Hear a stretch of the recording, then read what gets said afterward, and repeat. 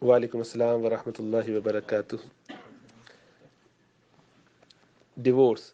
So, there are three types of divorce. Before thinking or contemplating on divorcing, one should have a clear understanding.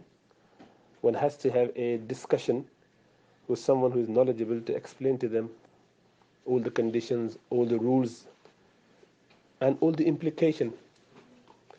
Rather than doing something in anger, one should think about it. It is a proper,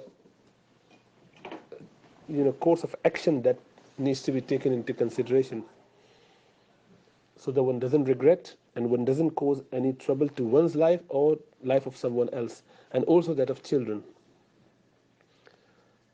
So number one, it shouldn't be done in anger. Obviously, there will be some angst, there will be some disappointment, some problem. That is why one would consider divorce and things like that. Yet, even in that mode, the decision shouldn't be made in anger. One should think about it, discuss with seniors, discuss with the ulama, and then decide, you know what, we have thought about it, and it doesn't work out, and it looks like that we're not going to be together. So let's resort to Islamic way of separation, which is divorce. The sunnah or the ahsan, the best way of divorcing is to give one divorce at the time of purity for the woman, for the wife, and in that time of purity, there must be no conjugal relationship. So now you think about that. How could that happen unless someone thinks about divorcing rather than being angry, very agitated, and out of frustration gives the divorce straight away? Obviously, he wouldn't think what happened. Now he needs to think about that. Now I'm pronouncing the divorce either in writing or verbally. I must make sure that is she pure or is she having her periods? And then I need to think, is that the purity period that I can divorce her in? Have we had any relationship? If yes, then I need to wait. I will wait for the next period to come and the next time of purity to come. In that, if I would not have sexual contact with my wife, then I would consider divorcing. So that is the time to do divorce. So imagine how much you need to think before you do the divorce, because it's not an easy thing. It's not a childish thing to just, oh, I'm very unhappy and angry, let me divorce you, and without thinking, just go on after an altercation, after a fight, after this and that. It doesn't work like that. And unfortunately, most people do not think that way, and then they pronounce it three times, and then they go out searching for easy option, a fatwa which would make them come closer to each other, and sooner or later they pronounce it again and then again. Because once you open your mouth for this word, it becomes an easy thing. So one shouldn't even attempt that. But anyway, the sunnah, the best way or the ahsan way is to then divorce during that time when you did not have a relationship and she has been pure in the purity period, tuhur.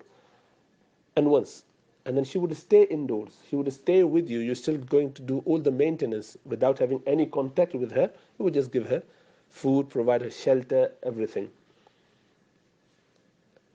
And then, if during the next three periods that she has, three menses that she has, you do not decide to come close or revoke her, take her back, revoke the divorce. If you don't want to do that, then she will be divorced after 3 months. Her iddah would be completed, and then she would leave the house with mahar or whatever was due. If after a few weeks and she's indoors, you decide that I want to take my wife back, you have the chance to do so. You would take your wife back. You do not need to make a mention to anyone that I've divorced my wife. You don't have to tell it. You don't have to tell anyone.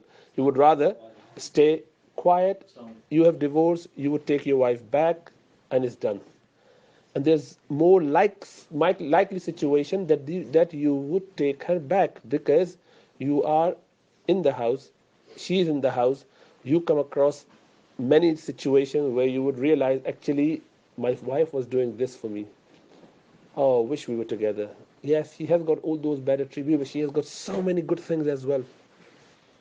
And being in the same house, you know that I haven't, made it a public, and I haven't gone to wait for 3 months. So I have a chance to take it back. So once you're separated, and comes first week, second week, third week, fourth week, first period went on, and now you keep going, and you realize, you know what, I can't wait. I want to be with my wife. I need my sexual desire to be fulfilled. Sooner or later, you would succumb to your needs, or you would weigh the pros and cons, and you would see, you know what, although in the moment of spur, at the time of my anger, at the time of my frustration, I felt that she's the worst person to be with. Now, thinking back, looking back in my calm state, while I'm separated, while I'm seeing the kids being suffering and everything else around it, I actually realize that there's more good in her, and there's more good to be had by being together than there is bad. And let me just go back. It would be an eye opener. That is why Sharia wants people to divorce once, keep them together, think about it over the next 3 months. So once 3 periods over, she is divorced. Now, even now, she's gone. It might take 6 months, a year, 2 years later. You decide to go back to the same lady. You can propose her, and she may accept the proposal for children, for yourself. She may come to the term. You would come to the term. You both agree on some new contract or conditions, and she said, you know what, I would rather marry you again. You offered, she accepted, move on. So you can go back to the same wife again after 3 months, but with a new nikah. This time you have to have nikah, because 3 months has already passed. If 3 periods never passed and you just revoked your divorce, she is back to you as your wife, obviously with one condition, that you would only have now, out of three, two divorces left, because you have used, out of three cards, one has already been used. You've got only two more to go. So you be even more careful and cautious about using the word. So this is how the Sunnah dictates that we should be divorcing our wives. So you could imagine there's very little chance that one would go for it, and even if they did, they would think about it, and many a time they would just take their wives back. Life would be easy. So this is the Sunnah way.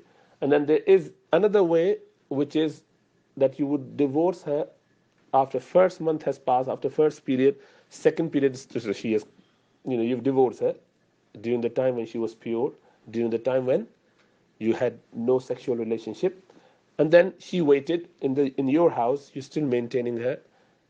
The next period comes after the purity period. You decided that, you know what, I still think that we are not made for each other. Let's move on. I don't want to be with this lady.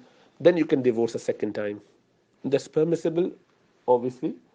So then you waited for another month, and she gets next period, and after the purity, after the menses and during the time of purity, you give her the third divorce, and she continues with that. And then after the month ended and the period ended, she is freed from you, because she had 3 periods after the initial divorce, and you decided not to take her back within that 3 periods, and you've divorced 3 times. Now this time, since you have divorced already 3 times, you cannot take her back even with new nikah. Not within 3 months, not even at all, ever, because she is now divorced irrevocably, which is 3 divorces, mughallada. And other third way is that you get angry and you get crazy, you just divorce without thinking, without realizing. And this divorce you've done 3 times in one go. It is haram, it is disliked, you'll be sinful for that. You have gone against the sunnah, but the divorce has happened according to the consensus of all four schools of thought. Hanafi, Shafi, Maliki, Hanbali all have the same view. This is what was Sayyidina Umar radiallahu ta'ala anhu implemented based on hadith of Rasulullah sallallahu alaihi wasallam. All the Sahaba were present. They all accepted it. They all took it. Sayyidina Uthman during his time continued with that. Sayyidina Ali during his time continued with that. All the great leaders of Muslims, Sayyidina Hassan for his 6 months, Amir Muawiyah, radiallahu ta'ala anhu, during his time, and many people after that. And all the fuqaha take, and they would take the same view that 3 divorces in one sitting is 3 divorce. Even so, now, what if you divorce during the menstruation? That is valid as well, according to Hanafi school. What if she was pregnant? Again, sinful, but it's still valid. It's like you swallow poison, it is gonna kill you, whether you did with good intention or bad intention. A haram would take place. So they say, oh, if it's haram, how would it happen? It shouldn't happen if it's haram. No, it's haram, but it's like a bullet. It's haram to kill someone with a bullet. But you can't say, since it's haram to kill someone, it shouldn't kill. It would kill. The effect would be there. The effect would be seen. It is haram to break your fast while you're fasting in Ramadan. So if you eat something, would your fast be broken? Yes, it would be. Likewise, divorcing your wife during menses or during pregnancy is haram, yet it would be effective. It would be effective. May Allah give us tawfiq to understand the basic implication of Sharia. And if there were witnesses, it's better. So at least 2 witnesses. So if there was any conflict, any debate, any altercation, that could be sorted out properly. And giving 3 in one go would be 3, as I said. May Allah give us tawfiq to understand the basic rulings around it.